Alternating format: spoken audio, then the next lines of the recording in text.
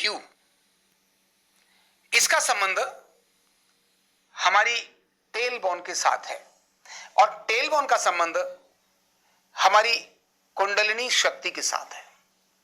ध्यान रखना, tail bone सामान्य बात नहीं है।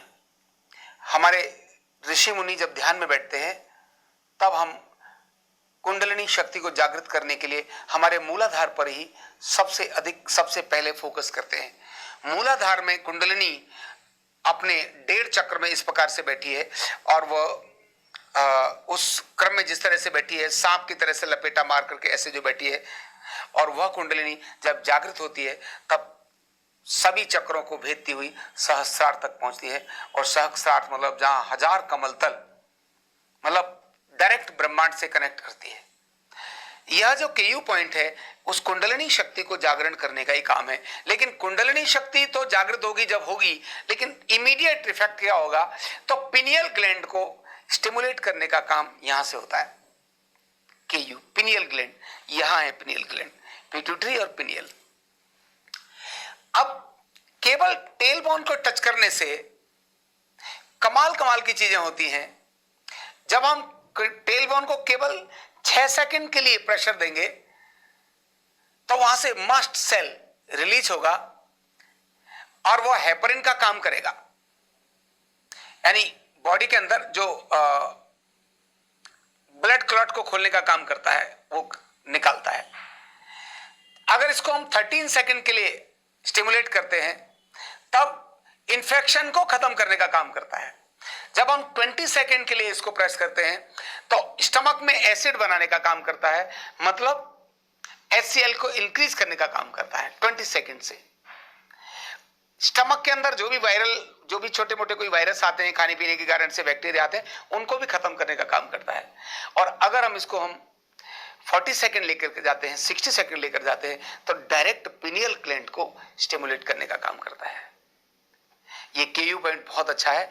हाँ, हनुमान जी भी, उनकी एक मुद्रा है एड़ी पर बैठना, वीरासन। एक हाथ ऐसे, दूसरा पैर एड़ी के पास, एड़ी टेल बोन के पास दबाती है और सामने ऐसे ऐसे करके बैठते हैं। जो वीरासन है वो जो टेल बोन को प्रेस करती है, ध्यान रखना, वो भी केयू है और वह एकाग्रता बढ़ाती है, कंसंट्रेशन बढ़ाती है, मेमोरी पावर बढ़ाती है और आपके अंदर अलर्टनेस लाती है, वीरता लाती है। उसका नाम ही है वीरासन, एकाग्रता लेकर आने वाले।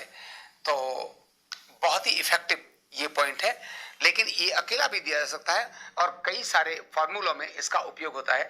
ध्यान ये रखना इस पॉइंट को देते समय, अगर आपने प्रेशर ज्यादा बढ़ा दिया तो टेल बोन टूट सकती है, और टेल बोन अगर टूट गई तो उस पर कोई प्लास्टर नहीं होता। व्यक्ति बैठने तक के लिए और चलने के लिए मोहताज हो जाता है, न चल सकता है न बैठ सकता है। बैठने के लिए मैंने देखा है, कुछ लोग जा रहे थे गाड़ी से और अचानक स्पीड ब्रेकर आया और ढक से ऐसे गिरे, टेल बोन ठुक गई। जैसे ही ठुकी उसके बाद से उनका चलना मुश्किल हो जाता है, ना उसका कोई ऑपरेशन है ना कोई प्लास्टर है। केवल और केवल न्यूरोथेरेपी ही उसको ठीक कर सकती है, लेकिन न्यूरोथेरेपी अगर खराब करेगी तो उसको कोई दूसरा व्यक्ति ठीक नहीं कर सकता है। तो इसलिए प्रेशर उतना ही देना जितना व्यक्ति झेल सके, नंबर 1। नंबर 2, जिनको पाइल्स हो उनको केयू नहीं देना चाहिए। जिनको एसिड की मात्रा बढ़ी हुई है उनको केयू 20 सेकंड वाली नहीं देनी चाहिए, एसिडिटी वाले लोगों को। और जो प्रेग्नेंट लेडी है उसको गलती से भी केयू नहीं देना चाहिए। और मंथली साइकिल आते समय भी केयू नहीं देना चाहिए। अगर देंगे तो उसका नुकसान हो जाएगा। इसीलिए बहुत महत्वपूर्ण पॉइंट है केयू। इसका और डिटेल मैं आपको जब एडवांस क्रम बताऊंगा तब आपको जानकारी दूंगा। वो अगले लेवल के अंदर केयू के क्या क्या उपयोग हैं, केयू को किस तरह से हम अपने लिए यूज कर सकते हैं, खुद कैसे दें और दूसरे को उसके जीवन में परिवर्तन का कारण कैसे बना दें।